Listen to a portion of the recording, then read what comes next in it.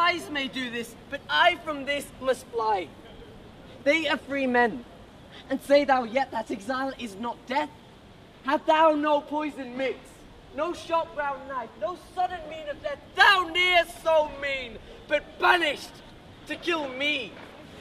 He will not know but what he do know, and as he errs, doting on Hermia's eyes, so I admiring of his qualities, things base and vile, holding no quantity. Hood, my unmanned blood bathing in my cheeks with thy black mantle, till strange love grow bold. Yet all shall be forgot, but he'll remember with advantages what feats he did that day, and our names, familiar in his mouth as household words. How comes it now, my husband? How comes it thou art thus estranged from thyself?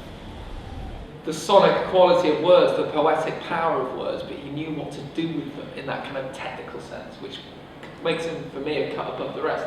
Right.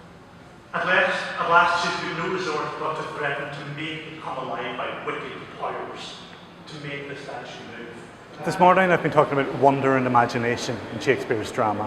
One of the things I wanted to look at is the difference in how he did battlefield scenes 400 years ago in a wooden stage compared to how we can film massive battlefield scenes today. So how he has to get the audience to buy in to what is plainly not a realistic scene. The other thing I've been thinking about is The Winter's Tale, one of his later plays, and this beautiful scene where there's a statue that has to come to life in the story, and how he really plays with the idea of is it alive, is it not alive, and characters who are meant to believe it's a statue keep trying to lean in and touch it. So the lineup today shows so many different aspects of Shakespeare. It shows what his texts may have meant in their own time, and it shows what they continue to mean to us today, and really it shows what a rich and astonishing source that he still is for us now. It's still there to be read, it's still there to be performed. You know, we really think about Shakespeare as a working playwright, as someone who wanted his plays to be performed. So I love the idea of reading them as text in the classroom, but just as much producing them. I've seen here the pop-up Shakespeare that has just been fantastic, you know, bringing it right here into the gallery, people wandering past and just getting fractions of seconds of Romeo and Juliet or of The Winter's Tale.